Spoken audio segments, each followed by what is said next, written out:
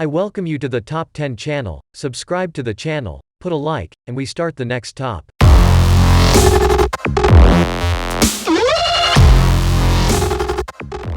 10 American female serial killers. Serial killers come in all shapes, sizes, races and genders. In the United States, serial killers tend to be predominantly white males. However, women can be, and are, serial killers as well.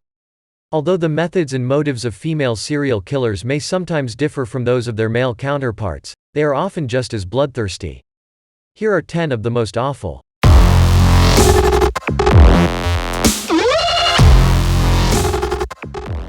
Delphine LaLaurie. In the mid-1820s, LaLaurie lived with her husband and 2 daughters in New Orleans. They were a wealthy, high-class family, but their treatment of slaves was nothing short of despicable. No concrete evidence of abuse was established against LaLaurie until 1834. In that year, there was a house fire at the LaLaurie mansion. When rescue workers arrived, they found a 70-year-old woman chained to the stove by her ankle.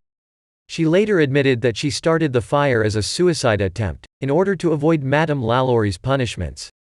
As a result of the fire, New Orleans residents began to question LaLaurie's slaves' appalling living conditions. Authorities discovered a dozen injured and malnourished slaves in the attic, and some stories claim LaLaurie tormented them by sewing their mouths shut, amputating limbs, and doing other terrible experiments. Although the New Orleans residents were outraged, LaLaurie and her family appear to have escaped justice. There is some evidence that LaLaurie later died in Paris.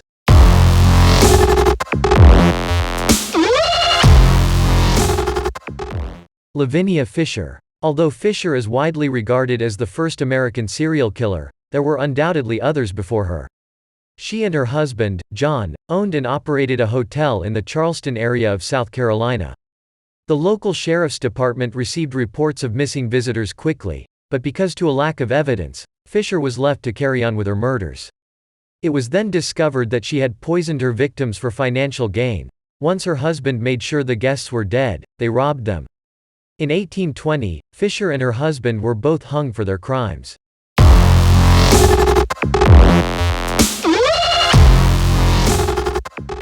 Jane Toppan. Number of victims: 31. Toppan received her training as a nurse, as did many other female serial killers. She started working at Cambridge Hospital in Massachusetts in 1885. She experimented on her patients for her own entertainment while working there, and this experimenting finally developed into murder. While Toppan chose a stereotypically feminine form of murder, poison, she said that witnessing a patient die gave her sexual satisfaction, a reason normally associated with male serial killers. In 1895 she began killing her landlords, and in 1899 killed her sister Elizabeth. Her killing spree came to an end when the family of one of her victims, Alden Davis, requested a toxicology report. Toppan stood trial, but was found not guilty by reason of insanity. She was committed to Taunton Insane Hospital, where she died in 1938.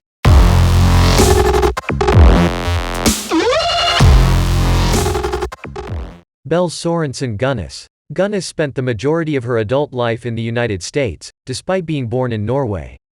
Gunnes, like many other female serial killers, targeted her victims, usually family members, for financial gain. She had murdered 2 of her 4 children, along with her first husband, by August of 1900, and had moved to Indiana after collecting on their life insurance policies. There she married Peter Gunnes, who eventually died in an unfortunate accident when a sausage grinding machine collapsed on his head, according to Belle Gunnes. Following his death, Gunnes advertised for suitors in the matrimonial section of the newspaper. The suitors flocked to her farm, were robbed and murdered, and never heard from again. In 1908, Gunnes had a falling out with one of her servants, Ray Lampher, and fired him. Shortly afterwards, her house burned to the ground. Although her remaining children were found dead in their beds, the state of Gunnes's remains perplexed experts. A woman's body was found without a head, but when the doctors measured the body, they realized the dead woman was only 5 feet 3 inches, whereas Gunnes was almost 6 feet tall. Nevertheless, the coroner decided the remains in fact belonged Gunnes, due to dental work found at the scene. Following the fire, the property of Gunnes was searched, and dozens of dead were discovered buried on the site.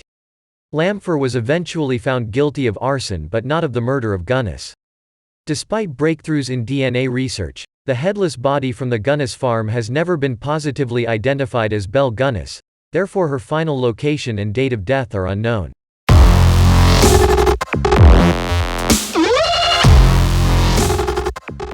Amy Archer Gilligan. Amy Archer Gilligan spent her adult life as a caretaker and murderer of the elderly. In the early 1900s, Archer and her first husband, James, moved to Connecticut and opened the Archer Home for the elderly and infirm. Both her first and second husbands died under mysterious circumstances, probably poisoning, and left Archer Gilligan with large insurance payouts. With the money, Archer Gilligan was able to continue running her nursing home, Murder House. Between 1907 and 1917, there were 60 deaths in the Archer home. Family members of the deceased grew suspicious of the mounting death toll, and eventually several bodies were exhumed and found full of arsenic and strychnine. Archer Gilligan was found guilty of second-degree murder in 1919 and sentenced to life imprisonment. She died at the Connecticut Hospital for the Insane in 1962.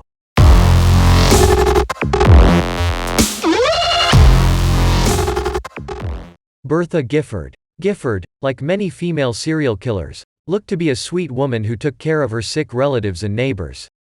Authorities ordered an exhumation of the bodies of individuals under Gifford's care when a number of them died, and discovered that Gifford had poisoned her victims with arsenic. She was tried in 1928 and found not guilty due to insanity.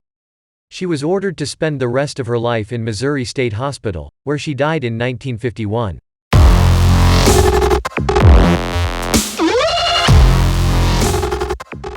Nanny Doss. In her wake, Nanny Doss left a lengthy line of dead husbands and family.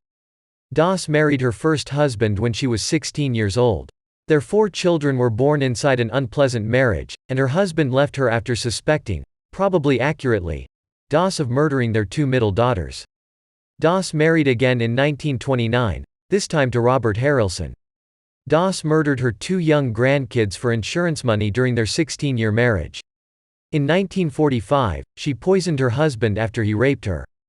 Doss was able to collect the insurance money from a mysterious house fire after her third husband died, again, most likely by Doss's hand.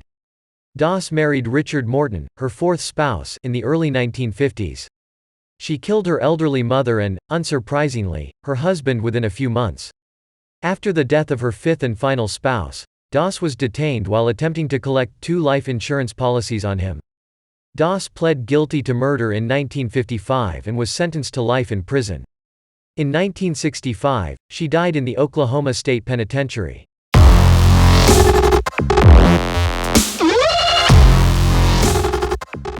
Dorothea Puente. Puente owned an elderly boarding house in the mid-1980s.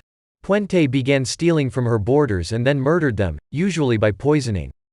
Puente had a handyman dump a box of trash, actually a decomposing human body, beside a riverbank in 1985, where a fisherman later discovered it.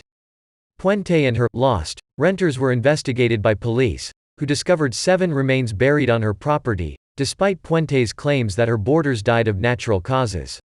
Puente was condemned to life in prison during her 1992 trial. She died at California's Central California Women's Facility in 2011.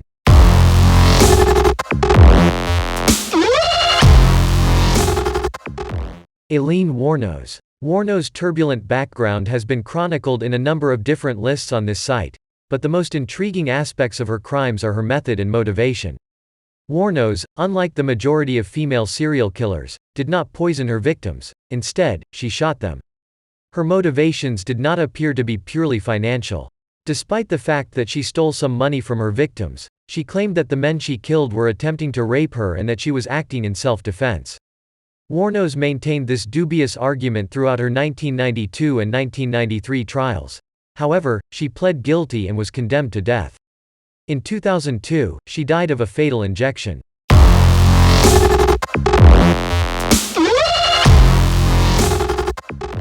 Gwendolyn Graham and Kathy Wood. The 2 women, like so many of the women on our list, worked as nurses in a nursing home in the mid-1980s. The 2 women went against the stereotype by murdering the elderly for sexual pleasure. They killed 5 patients at Alpine Manor in Grand Rapids, Michigan, in a couple of months. No one believed them when they glowed about the murders to their coworkers. Wood's ex-husband went to the police with the story in 1988 and the two women were apprehended. In 1989, Wood reached a plea bargain for a reduced sentence, while Graham was found guilty of 5 murders and sentenced to 5 life sentences. Wood was sentenced to 20 to 40 years and is incarcerated in the Federal Correctional Institution in Tallahassee, Florida.